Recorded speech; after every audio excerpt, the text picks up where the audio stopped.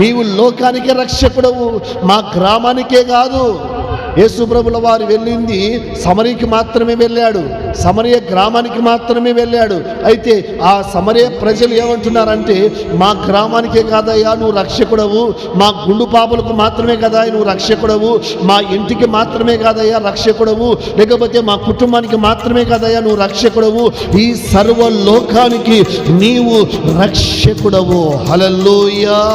పాపులను రక్షించే రక్షకుడవు, దుర్మార్గులను రక్షించే రక్షకుడవు, వ్యభిచారులను రక్షించే రక్షకుడవు, త్రాగుడుబోతులను రక్షించే రక్షకుడవు, జూదగాలను మార్చే రక్షకుడవు.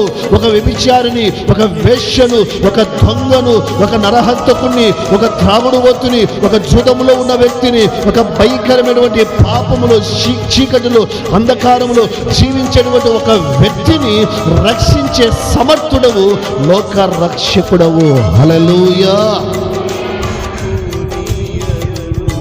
సర్వలోకానికి యేసుక్రీస్తు ప్రభుల వారు రక్షకుడు. రక్షకుడు అంటే రక్షించేవాడు, రక్షకుడు అంటే కాపాడేవాడు, రక్షకుడు అంటే భద్రత కల్పించేవాడు.